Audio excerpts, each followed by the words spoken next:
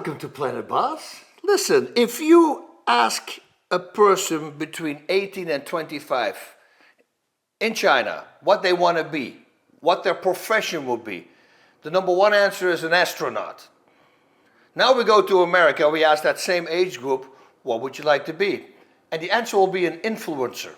So I go, that's interesting, an influencer, because you always think about influencer, yeah, that's choosing kind of the way of the least resistance, almost, you would think, because a lot of these guys out there, they have no clue what they're talking about.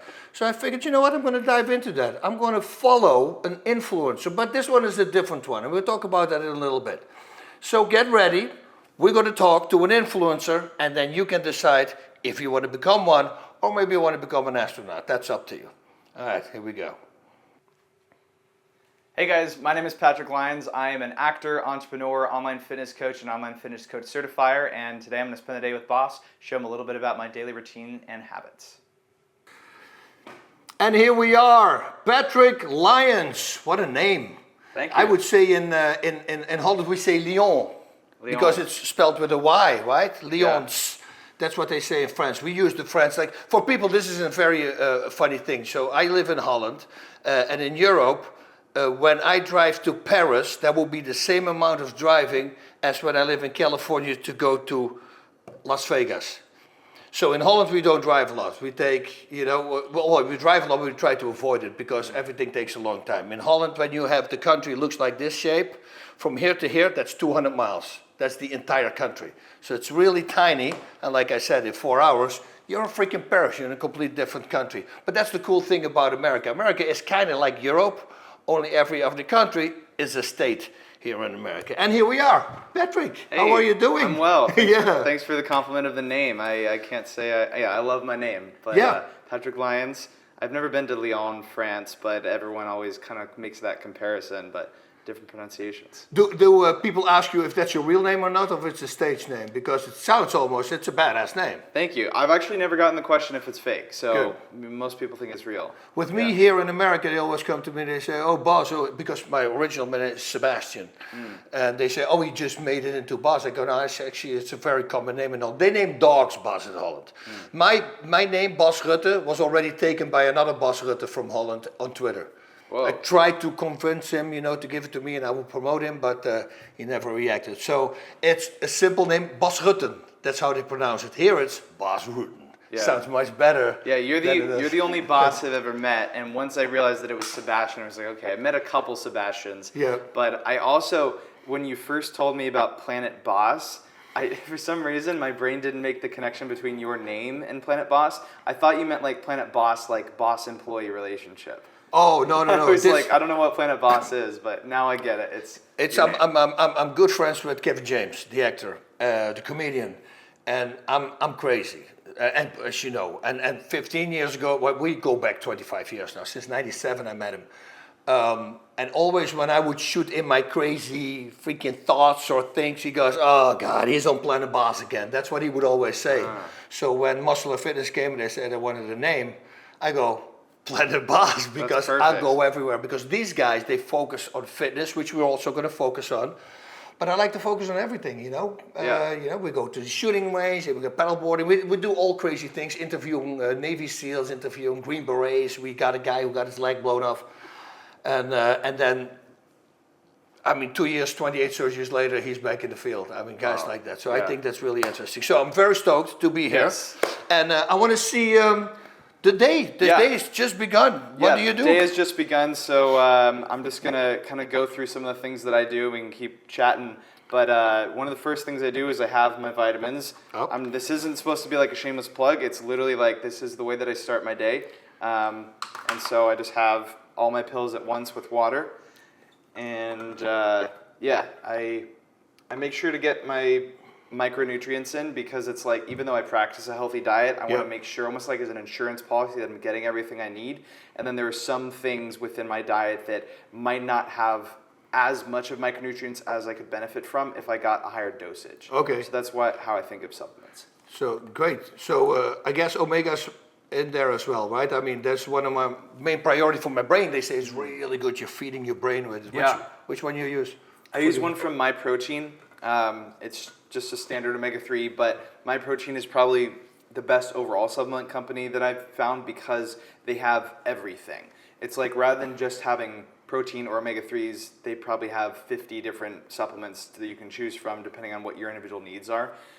So that's what I go with for that. And for omega-3, not only does it help to kind of like fuel your brain, it literally reduces neuroinflammation. So it's like, that's why it's been found to be linked with like decreased depressive symptoms, things like that. So that's super helpful. But then it can also help with things like muscle metabolism and potentially fat loss. And it's even been shown to increase strength across the board, whether men, women, old, young. So it's like, it's not a magic pill, but it almost seems like it works. And it's funny that you say my protein, because I always tell people to go my protein, and just to throw it to people at home, I got zero money for it. This is always, people always think that when I say something that I get paid for it. I have so many products that I talk about and I get zero money for cigars. You know, yeah, they might send me cigars. Go, these are really great cigars, and I plug them. I said, but I don't get paid money for that. I just like to, when something works, it works. And, and what I heard from a trainer in my gym, he goes to my protein because they tested my protein. Yeah, that's why I got with them. Yeah, and it's the highest available. There was only something going on. 20 grams was like 19.1 or something,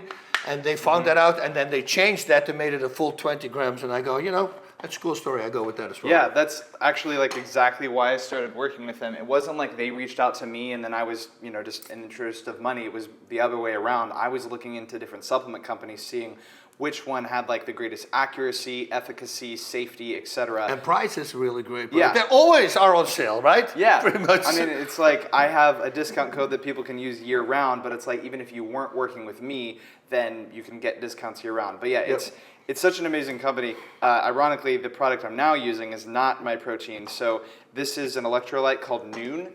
I'm not affiliated with them in any way. I just genuinely use them every day. And the reason I use them is because it has such low sugar content, and your body doesn't need almost any sugar to maximally absorb electrolytes. You need some of it, but this only has about a gram of it, as opposed to most electrolytes have like 10 to 11 grams. Yep. Okay. I put the tab in a little bit of water, I let it dissolve as I'm making the rest of my breakfast, and then I drink that. So get hydration from the beginning of the day. What's the first thing you start with in the day? Like I take an avocado. That's the first thing I eat in the morning now. Yeah, so first thing I do is I make my protein oatmeal. And my protein oatmeal has protein in it, but it also has collagen protein, whey protein, creatine, and ground flax seeds. Boom. Or chia seeds, either way. Collagen, I use that as well. So that is kind of the makeup of the breakfast. And alongside that, I also always have fruit.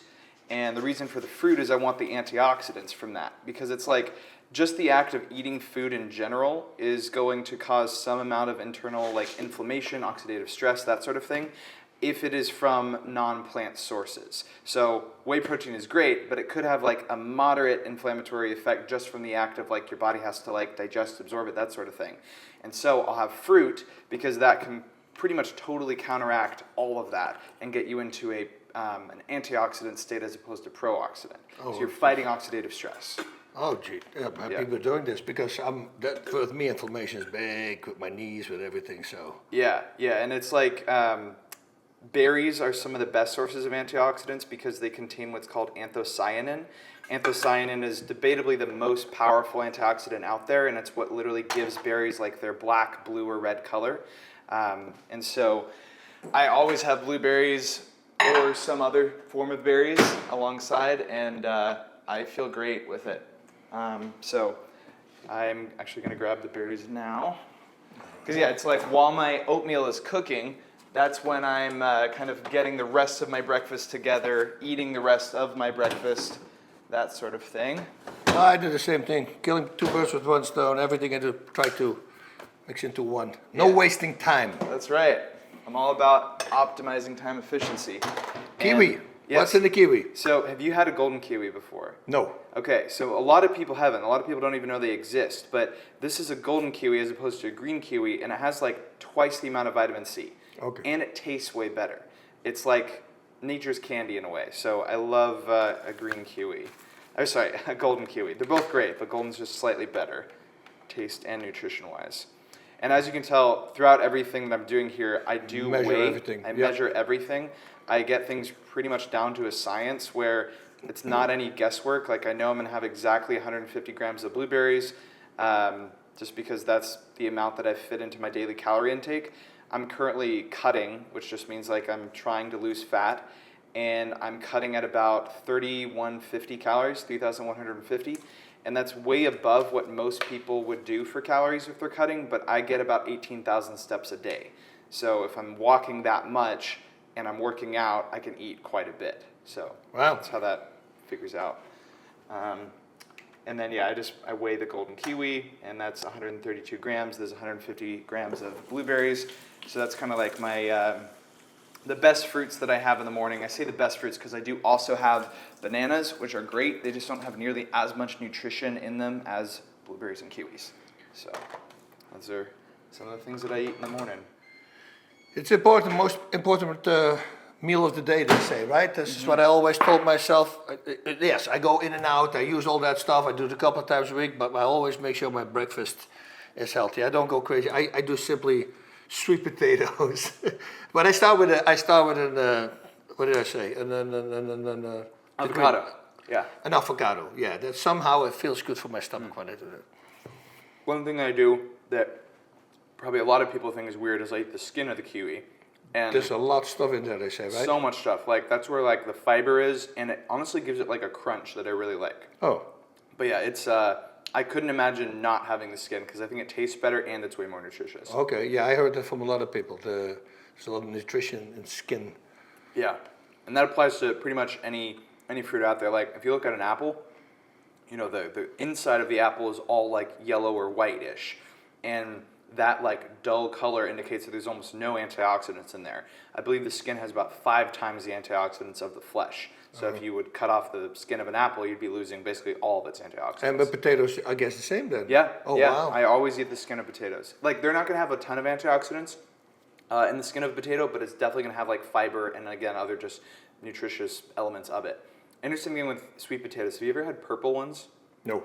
So purple sweet potatoes, that purple color is the same thing that gives blueberries their color. It's that anthocyanin. So if you compare a purple sweet potato to an orange, you're going to get about 4 to 5 times more antioxidants. Okay, well, Yeah. purple it is now. Yeah. You see, that's how you change. You know, you hear something better, then you go with it. But until that, it always helped me, so I do the same stuff. But when something better comes along, Yeah, the interesting thing with purple sweet potatoes is that they're considerably more dense because it's like they contain less water and more sugar. Not like unnatural sugar, like naturally occurring sugar, but it's a different flavor and a different texture, okay, but very high in antioxidants. good. And still tastes good.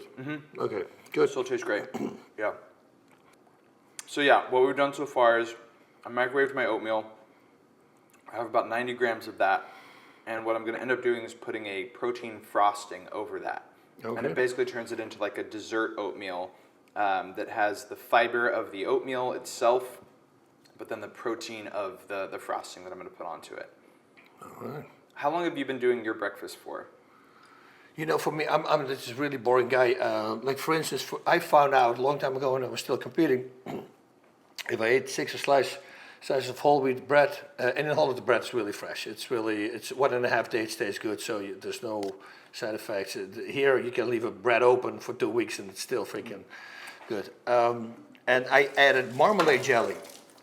And it's really weird. I always had the feeling that the peel that they have from the orange, you know, that they put in the marmalade jelly, is taking care of lactic acid. I wouldn't build up. My muscles wouldn't start burning so fast. Yeah. And once I realized that, well, I pretty much ate that my entire career because I'm real easy, man. Like I said, if something works, I'll keep doing the same thing. Stretching routine. What do you do for a stretch routine? Well, it's the same been since I started 35 years ago because I never had an injury with it. And if it does not give me a problem, I just keep the same routine. You know, I'm a habit kind of guy. I try to find habits, and then if something comes along, like you just said with the purple sweet potato, well, I pick that up, and now it's going to be the purple sweet potato. You see, so I won't change until I find out something better is there. That's cool. And I know that you had the same breakfast all throughout your fighting career. Did you make any changes from like pre to post fighting? Yeah, I did. The only reason why, like the breakfast, like I always say, I try to keep it good and clean. But I'm a crazy eater because my body can, I burn like a maniac, so I can eat pizzas, I can eat all that. And during my career I would do that. But then when I was 42, I made a comeback after 7 years of not competing. I thought all my injuries were gone, which they weren't, all came back, but it was okay, everything worked out, I won the fight, but I had a nutritionist for the very first time. And I felt freaking amazing. And I remember I was somewhere and somebody got a massage and I'm walking in with a little bag of chips. There was this party going on. And I'm eating the chips and the nutritionist walked over to me and he grabs the chips out of me and said, dude, you got to fight. I go, I always eat this. He says, no, you're not going to eat this now. This is crap. But it started changing me and I started feeling so much better. So since that moment, I was 42, that's when I started really focusing on food. I realized, oh shit, I should have done that way back because it made a big difference. Whatever, if you put crap in your body, crap comes out, right? So that's, and but I've always been blank on those kind of things. I'm just not overthinking. If it works, it works, you know? Yeah. I didn't look for, can I get better, can I get better? Stupid. You know, I should have done that. Yeah. It's part of fighting, it's part of being an athlete. Yeah, one thing I think is super interesting that you bring up is that a lot of people will adopt a particular diet or a way of eating, and because they still like get good results, they just say, oh, it must be fine what I'm eating because I'm doing okay. Yeah. But it's like, I think the right mindset is there anything more I can optimize? Yep. Because it's like, just because it works doesn't mean that something else couldn't be working way better. Yeah. And so it's like, if your body's in a pro-inflammatory state from whatever you're eating, like chips or something, even if you're still getting results or you're still performing well, like I would just ask the question, well, what if you didn't have those chips and then in place of it you had something that actually made you even better? Yep. Like that's the way I think about everything, not just even in nutrition, but like exercise, nutrition, recovery, sleep. Like I want everything to be the best possible. Yeah, I've been always a knucklehead like that, man. And then I figured it out and I got, man, that was really stupid for a long time. Yeah. Yeah, oh well, can't turn back the clock, but at least now I know. Mm-hmm. With your breakfast, do you make it on the spot each day, or do you have it prepped in advance from other days, or? No, I make it on, what I do, like in the morning, in the evening I prepare everything for in the morning, because I like to wake up early. You know, it depends if I've been traveling, I wake up a little bit, like 5:30 I would like to be up, because then I have a lot of time for myself. But the day before, I'll put the coffee ready, the water is in the boiler, the avocado lays there, like all the things that I'm going to take, all the powders I'm taking. I take amino EAAs, take electrolytes, take omega-3, the white powder, the all these creatine. Yep. So that's that's the first thing I take. And but I wait 20 minutes after I ate the avocado, so that I can get in there. I might drink a little bit of electrolytes, but I don't drink the coffee yet. I do that, and I start meditation, and after like 20 minutes, I switch to another thing. I sit in front of a red light while I'm doing everything, so I get the red light also. Then I switch after 20 minutes on my back on the red light. That's when I start reading, and then that's when I start taking my coffee. Cool. Yeah, I guess some of the things that I do before I ever get to breakfast is basically like, I wake up and I weigh myself, and I wake up, I pee, I weigh myself, so I have the standardized weight. And I kind of like write notes about what the previous day was like in relevance to like my weight itself, like the food that I was eating, if there's any discrepancies as per normal, like in terms of meal timing. I'd like to get as much data as possible. And then I do my meditation, I do a cold shower, and then that's when I come down here and I start making this. And usually while I'm making my breakfast is when I'll go and I'll use the O2 trainer and I go do that outside. And I do it outside because I want to get like the morning sunlight. And you know, in Texas, the sun is so bright that you can get pretty much all of the photons that you need to your eyes in about 5 minutes. So it's kind of like a double whammy. You can just knock out the O2 trainer, knock out the sunlight, exposure to your eyes and skin, all in one go. And then I come back and breakfast is ready to keep making. Good. You see, I learned again. I'm going to do my O2 trainer in the sunlight now. Yeah. It's a really interesting thing where basically the lower 2/3 of your pupil is where the photons can hit to stimulate cortisol and dopamine release.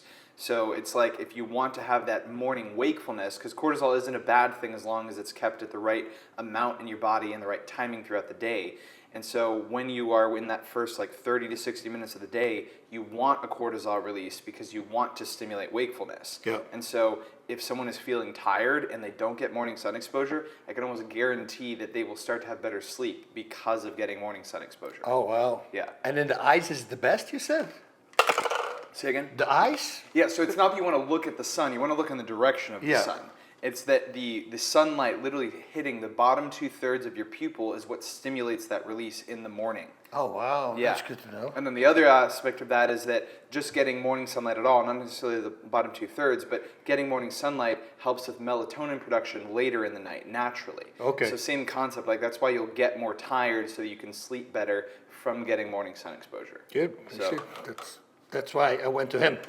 You know, that's an influencer actually who knows his stuff. It's important, you know, it's important. Yeah, I like the term influencer. It's kind of like it gets a bad rap, and like I never use that term myself. No, because Yeah, but it's like my thought is as long as I can have like a meaningfully positive influence through valuable content or valuable sharing of science, then it's like whether it's an influencer or some other word doesn't matter to me. But yeah, I literally research the science behind at least one new thing every day, pulling directly from the current scientific literature, and that way I can make meaningful changes in my own life as well as in that of my clients. Nice. That's kind of the way that I do it. But it's an interesting thing because it's kind of like the art and the science of fitness, where you meet someone like you who's obviously been a literal world champion, national champion. Clearly some things that you've done have worked. Yep. And so even if there isn't science to prove it, it's like it's a meaningful data point of like, okay, well, what did this master of their craft do to achieve that? Yeah. So if you can pull that together and then also pull from, okay, well, what does the scientific literature say, especially for someone of my age, my sex, my status in life, then you can make hopefully the most meaningful changes in your life, that kind of thing. Yeah. Yeah, I did it with food. I did though because I had a horrible skin disease and asthma, so I had to watch out with like milk products and pork meat and all that stuff. And I realized also after certain foods that I would build up more lactic acid, would feel like. Yeah. So then I started putting a calendar together and with my workouts, and I would write down what I eat, everything that I eat, and I do the workout. And then at the end of the month, I would go back and because after the workout I would say workout sucked or workout was this. And then I would look, and most of the time it was something that I ate either before or the day before. And I go, okay, so if I cut that out, I don't have that anymore. So at least, thankfully, I did that. Found also that was with me, it was shellfish. Shellfish would really make my muscles feel tight. And then I found out a lot of people actually have that. So if you're at home and you feel a lot of lactic acid still up, your arms start burning, certain exercise, see if you ate shellfish before. Because if you're an athlete and you eat that crap, well, it's not crap, you can eat it, but don't do it before you have a game, because it will hold you back. And then at least you can cut that out. There's not a mistake like these fighters make.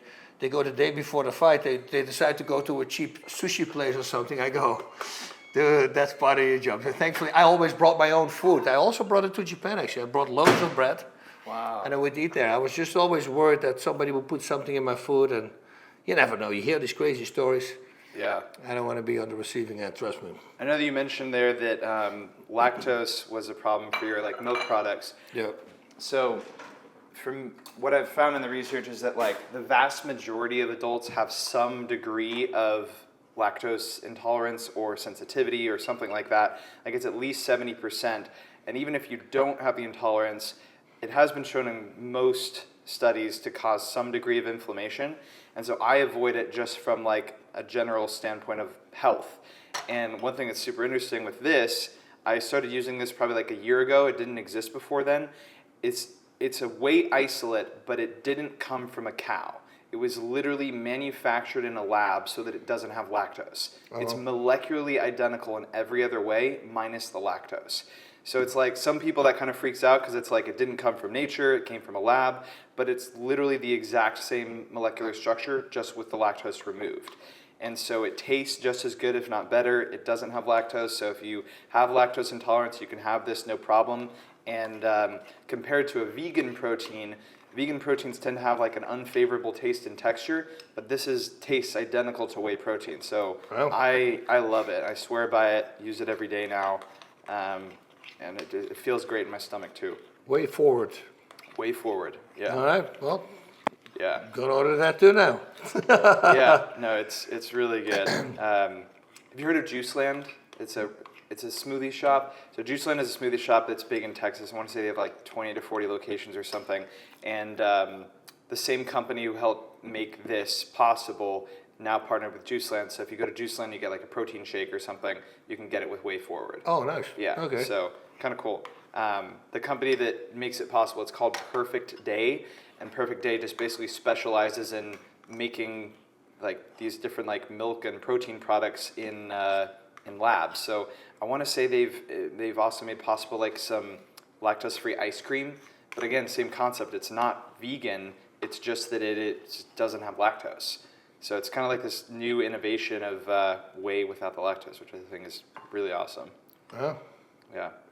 Yeah, this thing that you can see here now, this is the protein frosting I was talking about, and you can probably tell that it's a relatively like thick consistency, and it literally tastes like dessert because it's just like a very rich taste. The way to think about it is most people when they're making a protein shake, they're mixing protein with like 8 to 12 ounces of liquid. I only mix this with like 2 ounces of liquid, so it's like 4 to 5 times more concentrated in the taste. So it's like very sweet. Nice. And that makes it something that I enjoy every morning. All right. Yeah. And then the last thing I put on top is granola. I use the Wild Whey banana nut granola, and this basically has nothing but whole food ingredients, but it has great fats in it from things like seeds and nuts, and that way I'm getting kind of like a great mix of the protein, the carbs from the oats, and the fat from the nuts and seeds. So you kind of get a very balanced meal. Most important meal of the day. That's right. There we go. That's right. And then the one other thing that I do, just for the sake of getting the right number of calories for my specific goals, is I have this part which is relatively calorie dense. And what that means is that like on a gram for gram basis of what this is about to become, it's very high in calories. The opposite end of the spectrum, low energy density, would be like vegetables. Because vegetables, you can eat, a whole pound of it and you get like 50 to 100 calories. With this, I basically have 2 slices of Dave's Killer Bread, 2 dates, and a banana, and you end up getting like somewhere around 400 plus calories in this very tiny amount of space. Nice. So that just makes it so that I can reasonably get a high number of calories in relatively effortlessly in the morning. So my full breakfast, everything that you just saw me eat and make, it ends up coming around 12 to 1,300 calories. So I'm very particular with the way that I make everything. I'm like weighing too many things at once. Yeah, you're doing everything. It's crazy. So we got 138 grams of banana. And we got 36 grams of dates. And so it's kind of like I've done this so many hundreds, if not thousands of times that it's like I have a good sense of the number of calories, but I do literally get things down to the gram, and then I just log it in a free app called MyFitnessPal. Yeah, I'm good friends with Mike Dolce from the Dolce Diet, and when he talks also, and he eats his chicken, and it's all measured. He says because your body doesn't absorb more, you don't have to eat more. This is just the amount. I go, you see, I never thought about it. I thought the more is better, but it's not because the body simply doesn't take it in anymore. Yeah.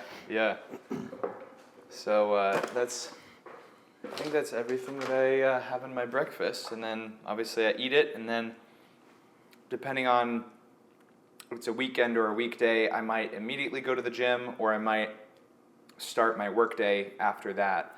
But having a good first meal of the day can really help the rest of your day thrive, because it's like having the energy itself matters a lot. And that's also why like I have so many different sources of food, because if you have fruit, you're going to get fructose and glucose, so you have 2 different carb sources. If you have oatmeal, you're going to get like a high fiber, slow digesting food. If you have the nuts and seeds, you have more of the long-term energy storage from the fats. So it's like getting this wide variety, and then you have more of the fast digesting bread and bananas, that's going to hit my energy very quickly. So it's like I have energy immediately available, and then I have sustained energy for hours thereafter. So you don't feel a crash, and you feel energized throughout the whole morning and afternoon. How long did this take to figure this out? Like all the things I just said? Yeah, like like how did it come together? That was a 2-year business or 5 or?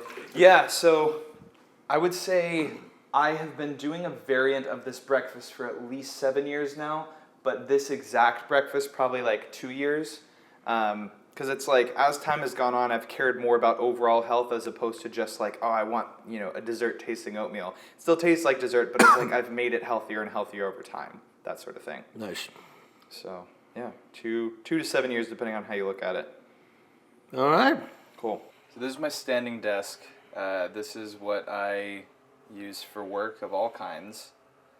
And basically I have 2 different laptops because I do work a corporate job. I work for Microsoft. So I'm a product manager. I help build features in Microsoft Teams. You know what Microsoft Teams is? Yeah. So I basically have that for this. And then this laptop is for my own work. And my own work spans many different things. It's kind of like the world of quote-unquote being an influencer spans whatever it is that, I feel like that should entail. So, I'm an online fitness coach. I also run a certification program for online fitness coaches that teaches people the science behind all things fitness. And then I also run kind of like a media group where it's, content creation for various fitness brands to share the science behind whatever their product does. And so it's kind of like I separate the work very intentionally.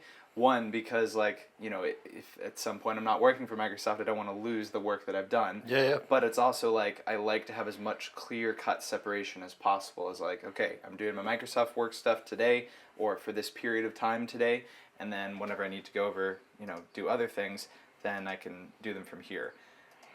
And I see you put this one on Pacific time for what reason? Because the company's over? Yeah, so Microsoft is based on the Pacific Northwest, the West Coast, and so it's kind of like I keep this in Pacific time so that whenever I'm scheduling meetings or I'm talking with people, we're all speaking the same language.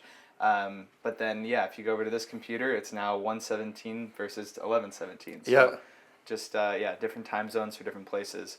But, and then I guess in addition to being a fitness coach and all that, I also do quite a bit of social media work, and the social media work is related to how I market my business in the first place.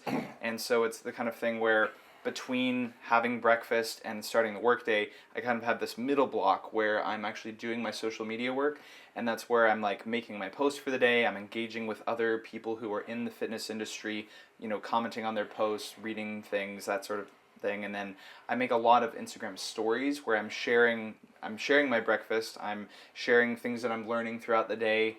I'm sharing like meaningful things that I come across in terms of the science behind some topic. And then, when my clients are having good progress on their own fitness journeys, then I'm sharing testimonials and transformations. So it's kind of like I'm a one-man business, sharing and doing all the things that it takes to be an entrepreneur. Yeah, that was one of the reasons, because the people don't know yet at home, is that that's why I chose you as an influencer for the O2 trainer, because I was looking at the way he approaches things, and a lot of people, you want to endorse a product, and then you see him doing completely wrong. They don't even want to look at it. They just want the money, and they don't look at it. You were diving into it, and then when I was started to talk with you, you actually knew everything about breathing. You did your homework about it, and then you can also explain it. I hate it. It's the same. We had a company, and then these people for the customer service.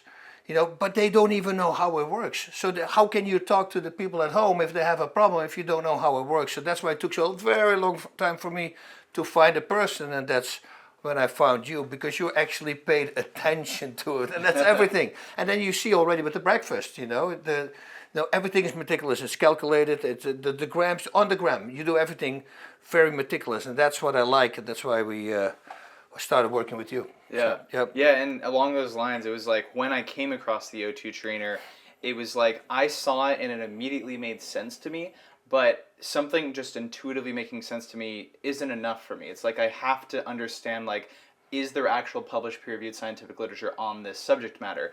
And so when I reached out to you and I started digging into, like, what is, the mechanism behind how this works. And that's how I came across inspiratory muscle training, IMT, and read the systematic reviews and meta-analysis proving that it helps with, reducing dyspnea or your perceived out of breathness. It helps you to literally have stronger inspiratory muscles, and it just benefits so many different things. And that's why, you literally have like the science tab on the website that breaks down, like there's thousands of studies on it. Yep, so, that's it.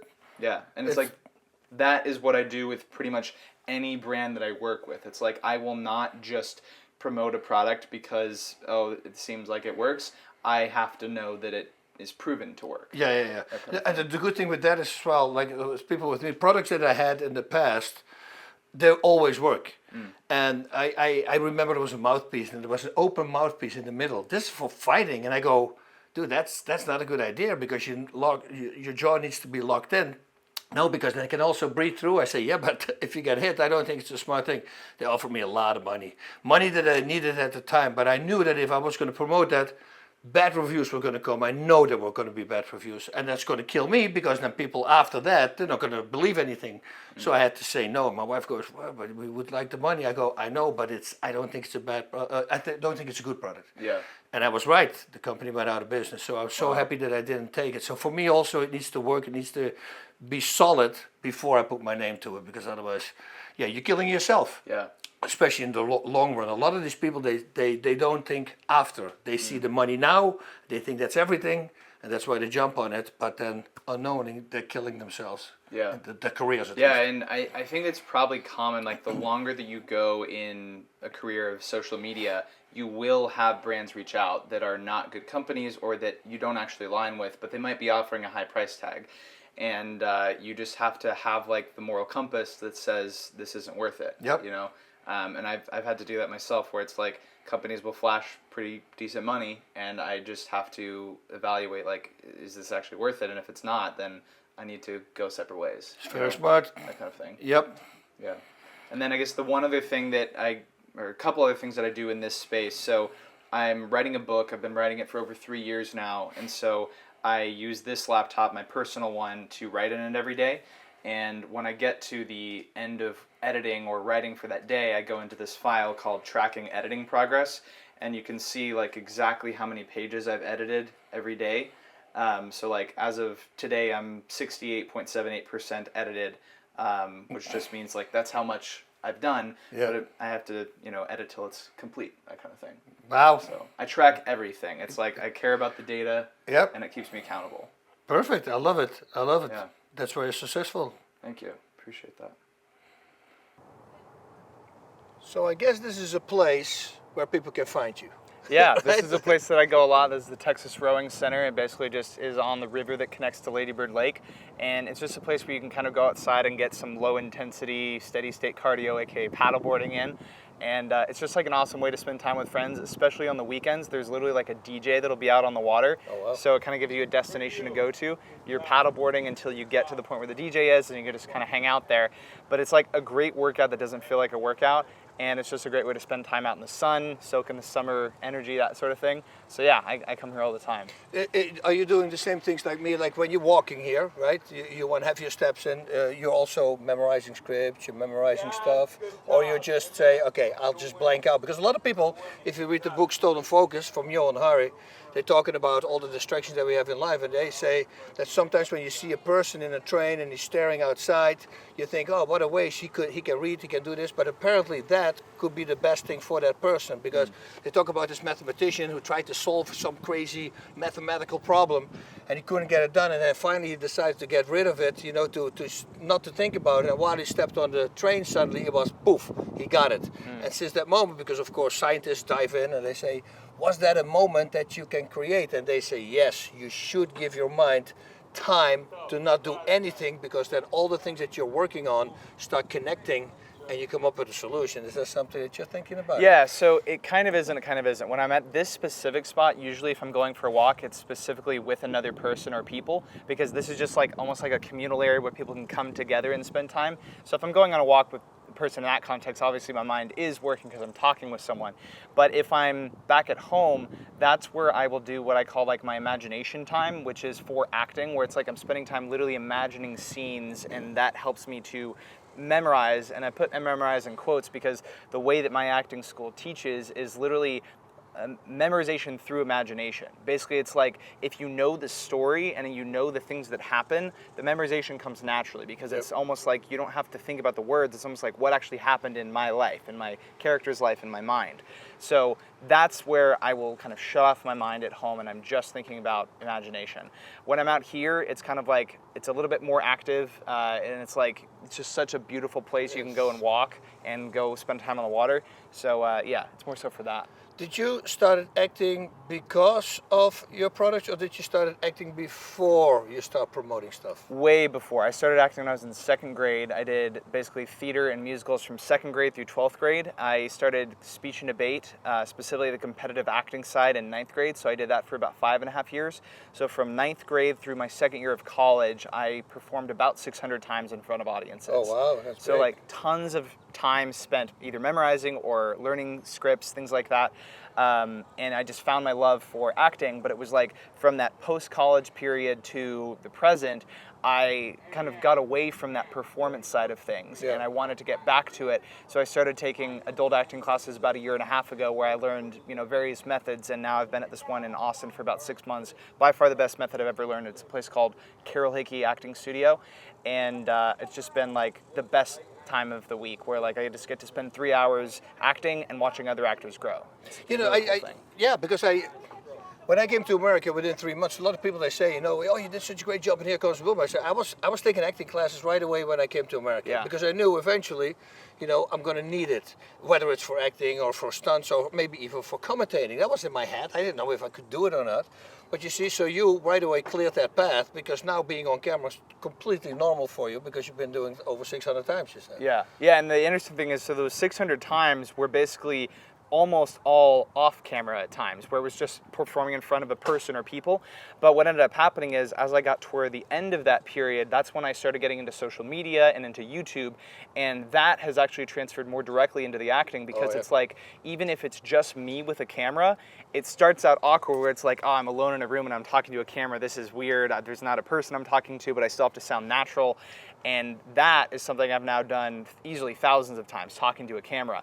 And that by far has helped with like the on-camera stuff, because it's literally the exact same thing. You know what helped me a lot in acting was doing live shows, openings of shows, and because you realize if it's live and you mess up, you find a way to correct that mess up, and you have to do it in such a way that people laugh about it, because if you stop, we were talking, and I thought, okay, one more rehearsal. I thought that's what they said, but they said we were going live. So, and I messed up this take. I said, okay, I guess we're going to run it again. And my friend goes, no, we're live. I said, we're live. I said, well, I guess I got to keep on going. And I just kept on going, But it's the way you handle it that makes it okay. And that helped me tremendously in front of a camera for acting. Yeah. It's really weird. So it's crazy how that works. For you, it happened in front of a camera without people. But I always say, I remember my first monologue I had to deliver in front of the class. Dude, I was sweating bullets. Oh yeah, 100%. Yeah, because fighting, you go like, oh, you're used to everything. No, and in the early days, I was actually more nervous for interviews than for fighting. I said, just let me fight. I don't want to do these interviews because it makes me nervous. But then, the more you do it, of course, you can simply get used to it. Same as in fighting. Fighting the first time is also like, shoot. But then, once you do it 10, 15 times, it becomes normal. Yeah. The first acting class that I did, starting back up, which would have been like December of 2021, when I was in that class, it was like internally, I was like, I know this script, but I'm so nervous because I haven't done this in years. So it felt like brand new. I felt like I want to make a good impression on my coach and on all my classmates. But then it's like after you do the reps, then it becomes comfortable, it becomes second nature, and then you can just go deeper into the process because you're comfortable. Oh, dude, I had to play this Russian mobster. And everything went really good, but then I had to pour a shot glass, and I took the smallest shot glass also, and it was like, it's shaking. And the teacher said, get a pourer, or otherwise let the bottle rest on the glass, He says, a lot of people have that, but I was like, oh, dude, but I didn't know, like, freaking that nervous. It's just, it's crazy the things the pressure you can put on yourself. Yeah. That it's all about that. Once you don't care, and which I completely found in fighting, because in fighting I did not care what people said. And it was maybe because they already said some bad things about me when I was competing in Holland that I didn't give a crap. But because I didn't give a crap, I was performing at my best. And in acting, you don't want to be the guy that have to do another take and another take and another take, you know. But my first acting scene, I memorized everything, and then I remember, and action. And I go, what's my line? That was the first thing I asked. I go, oh my God, here we go. It was a nightmare, but you know, you pull through. Yeah. And then you just keep on working. Shall we maybe see a little bit of scenery here while we talk? Yeah, let's do it. Okay, let's go. So yeah, I mean, all throughout the day, I go for really as many walks as possible, ideally after every meal, because I want to help with the digestive process. It literally helps your body to process the calories more easily. Your blood glucose doesn't go as high, things like that. And I also habit stack. So basically every time I'm going for a walk, almost every time, I'm doing something else simultaneously. Obviously, like right now, I'm going for a walk, I'm talking with you, but sometimes I'm going for a walk, I'm doing social media work, sometimes I'm going for a walk, I'm responding to clients, sometimes it's when I'm doing my daily research, but it's just like, I like to maximize my time as much as possible, and so that means for me, I can't get enough steps in unless I'm doing my walks while doing other things. And how do you get your jobs? How does that work? You know, companies contact you, or you contact, you see a product, you say, hey, this is a great product, listen. Yeah, so it's really like an even mix of the two. It varies over time, but it's the kind of thing where I know what I'm looking for in a product, like a company that is, you know, pushing a product that genuinely works, genuinely has impact. So if I come across that, I will probably just reach out to them and like just express interest. But I'd say about half the time they're reaching out to me. Somehow they found me through social media because I have, you know, my business contact email on all my social media platforms. I'm posting every single day on Instagram, on TikTok, on Facebook. And so companies will naturally come across that. And if they vibe with the content and they like the evidence-based approach that I take, then they'll reach out to me and then, you know, we talk that way. Is there also a certain group? Are you among a group like you, every time you see, oh, that guy and that girl, and that, you know, is it the same people you see the whole time? That are working with the companies? Yeah, with different companies. I mean, because, you know, like fighters, we know, oh, he's fighting from him and he's fighting from him. Oh, I see what you're saying. Yeah. So, I mean, there definitely are a couple of, like, you call them, like, big hitters where it's, like, they're, you know, everywhere in the industry. But I guess in the area that I'm in specifically, it's super niched down because most people in the fitness space are kind of just like, if they're jacked, they can market a product and that's it. And it doesn't necessarily matter if it's working or if it's the most optimal. It's just because they have a big name and they have a nice body, they can push a product.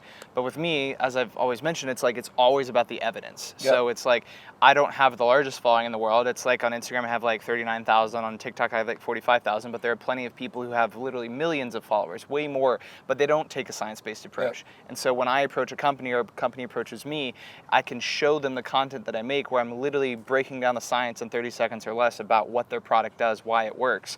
And so a lot of times they'll take me 9 times out of 10 over the someone with millions of followers because they know the quality that they'll get. That was, like I said, that was with us as well.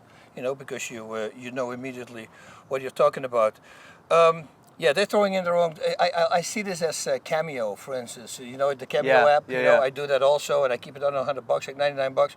And they always say, "Oh, it's easy because you say, hey, happy birthday, man, and it's great to have a great day, blah blah blah." And now you made $100. I go, yeah, that's not how I work. You know, like my videos can be freaking 10 minutes long.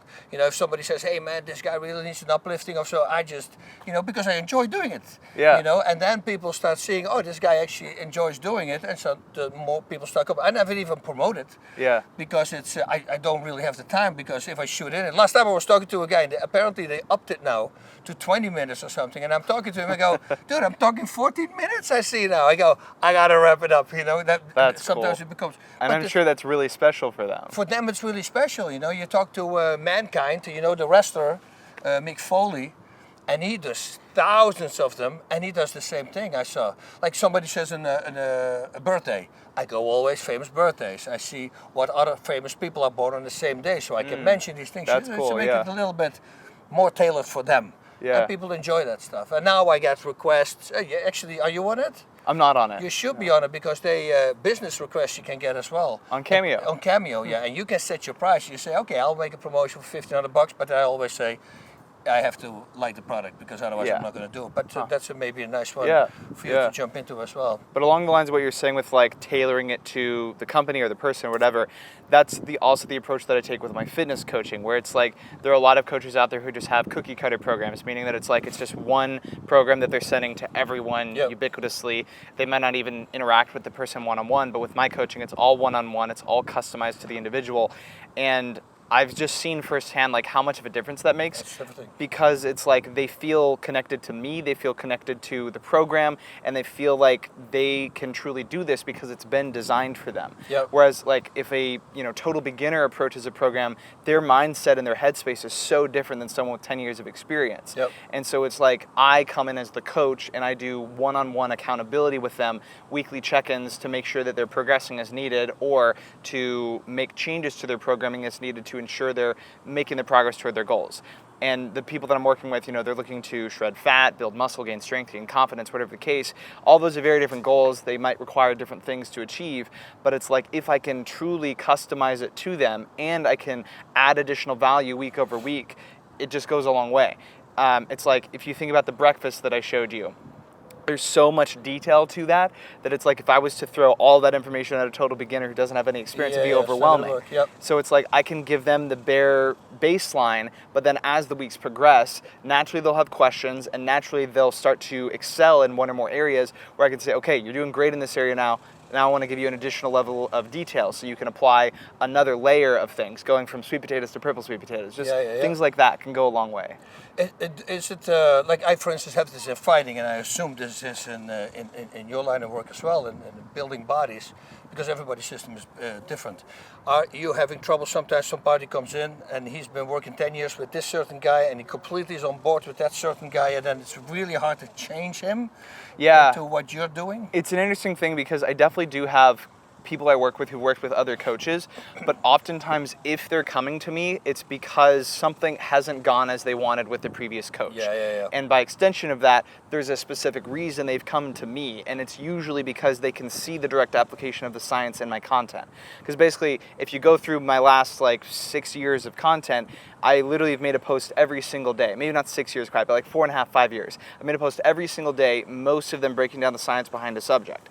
So as opposed to just saying, eat lots of protein, I'm literally breaking down like exactly what sources of protein to do, how many grams for what goals, why it works, how it benefits muscle protein synthesis, how it combats muscle protein breakdown, just going to additional levels of detail so that if people come across it, they know I know my stuff. And that way, if they're working with me, it's probably because their previous coach didn't know their stuff or they weren't willing to put in the time, something like that. So it's very rare. Maybe somebody moved from a different city and he loses his coach and he's looking for a new one, and you have to retrain him. I have that with fighting also, and it's hard because they don't want to break it. And sometimes, if they do really well in that particular style, I just give little adaptations. I'm not going to completely, because that might take his effectivity away, so to say. Because now I make him a complete different fighter. So, but speaking to them about the truth. Truth is everything, right? Veritas, they always talk about. That's what is it? Veritas. That's the Latin word. Word for what is truth? Like quies veritas. That's what Jesus said to Pontius Pilate, right? Oh, Pontius Pilate to Jesus, actually. He said, when he said, "What are you doing? I'm here for the truth." And he says, "What is truth?" It's quies veritas. What is the one? How do I say it? The one thing you hear the most. I want to give it to you. I got to give it to you because otherwise it's going to be a guessing game. So, how many people come up to you? And most of the time, these are the ladies, and they're a little bit overweight, and they need a little bit of work. And they say, "Okay, I want to lose weight, but I don't want to get the veins, and I don't want, they think that in 3 weeks of training, they look like a bodybuilder, and that is not nice." They say, I guess you have to hear that all the time. It's totally, it's a very common myth or misconception among women that, working out's going to make them bulky or it's going to make them look a particularly masculine way or something. But the way that I like to frame that is, if you look at, say, the professional bodybuilder, that did not happen by accident. It is impossible. And if it was possible to get that by accident, you'd have a lot more guys that aren't struggling to achieve the bodies that they want. Yeah. So like the odds of a woman becoming anything masculine looking like a bodybuilder is so low unless you're like literally on steroids and eating 3,000 plus calories a day as a woman who's very small and working out for like 3 hours a day. And I guarantee that they're not doing those things, and they shouldn't be. And so, yeah, it's just like, that's a myth. It's like, if you are a woman who is looking to lose weight and you are losing at the right rate, approximately 1% of your body weight per week or less, you're doing proper resistance training, you're eating high protein, you're eating a healthy, balanced diet, you're never gonna look that unfavorable way that people have that myth or misconception about. Yeah, we have this great program in our gym. It's called like a women's challenge. And the first women's challenge, and I will post that picture there. There was a woman, and this is 6 weeks. But what we do, we gave them all the gear, we give them everything. It's got like $125, so it's pretty cheap for them as well, because it's 6 weeks of full training. And if you see the transformation, what people can do in 6 weeks, I'll pull up a picture for you, and then we can show that on the podcast as well. You go like, this is in 6 weeks. And what happens is that people then, and this person actually gained 0.2 pounds. Oh wow, yeah.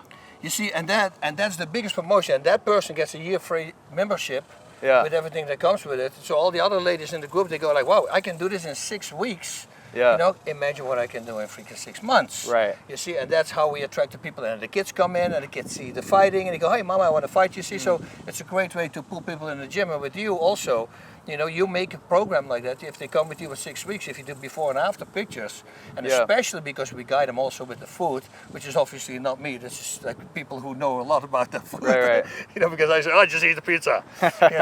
Not anymore, by the way. Right. I'm a little bit more healthy. But I'm still, like I said before, I'm still having my in and outs here and there because I just love it. Mm-hmm. But I make sure that always the breakfast is good, and I'm happy that you did it as well. And a bunch of stuff that you're taking, I was happy that at least I take that as well. Yeah. Because the way that I frame it for a lot of clients, because it's very common for them to say like, hey, how soon can I expect to see results if I follow everything you've laid out? I think one key there is the latter part of like actually doing what was laid out, because if you don't follow it, you're not going to get results. But if you do, if you follow the right things, usually it takes about 4 weeks to start to see some visual transformation of yourself. Doesn't mean that it's enough visual transformation that like people around you are going to be like, oh wow, that's crazy. But like you personally, you see yourself in the mirror every day. If you compare day 0 to day 30, you should probably be able to see some sort of a change. Then around like that 8-week mark is usually when I say that like it should be enough of a change that like the people you see on a very frequent basis should be like, oh wow, you've really you lost weight, or you've gained muscle, or you look different, something like that. And then in a 13-week period, it's the kind of thing like if someone sees pictures of you, it should be like a full-blown, total body transformation. Doesn't mean it's going to be the end of your fitness journey by any means, but like in a 3-month window, you can make such incredible progress. Like on average, the safe rate of loss for like 13 weeks, you can lose like 20, 25 pounds, or on the muscle front, you could probably gain like 6 to 10 pounds of muscle. Both of those have a very prominent aesthetic visual change. There's a big difference with age, I guess, then as well, right? Yeah. Especially with gaining muscle, I guess. Losing, I think that's losing fat, not muscle, because you never want to do that, of course. I think that will go easier than gaining weight for a heavier guy. I noticed that myself, because I want to stay over the 200 pounds, and I eat more and more and more. I go, man, I'm gonna sick of this, eventually, because I'm shrinking, of course, I'm getting older, but I don't want to. You want to stay that weight, but that's something you encounter all the time as well, that older people, harder for them to gain weight. Yeah, muscle. it's definitely, it changes as time goes on, but the way to think about it is that like the principles underlying it don't change. So, like for example, there's literally been studies on people 80, 90 years old able to gain significant amounts of muscle so long as the other factors are optimized. So like if you have the proper amount of nutrition, you're getting high protein, you're doing resistance training and getting stronger over time, even at 80, 90 years old, you can make progress. Granted, you probably have to be a little bit more careful and cautious, but it's like, I think that just should come with age. It's like you should be more and more mindful of your technique and the ways in which you're performing exercises the older you get, so that you can be, and like, you have longevity so that you don't hurt yourself. That matters as a younger person, but you can heal a little faster when you're younger. And so you don't technically have to be as mindful of it, but you should be. That kind of thing. You can train more also because you're still recouping, right? That's the problem with getting older as a fighter as well, or an athlete. You can't simply go every day hard anymore because you break down. You have to really. What is the craziest thing that people always say? Just for the heck of it, because I also want to go to the gym, Yeah. and I want to see a few things that you do different than others. I'm always interested in it because weights has been around for such a long time, Yeah. you know, but everybody has their own system.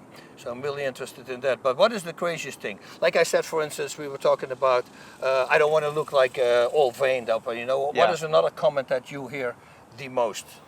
I mean, it's really just like the people giving into fake marketing, where it's like they'll come to me and they'll say like, hey, you know, XYZ fitness influencer said this thing and he showed this transformation and it seems like it worked really well.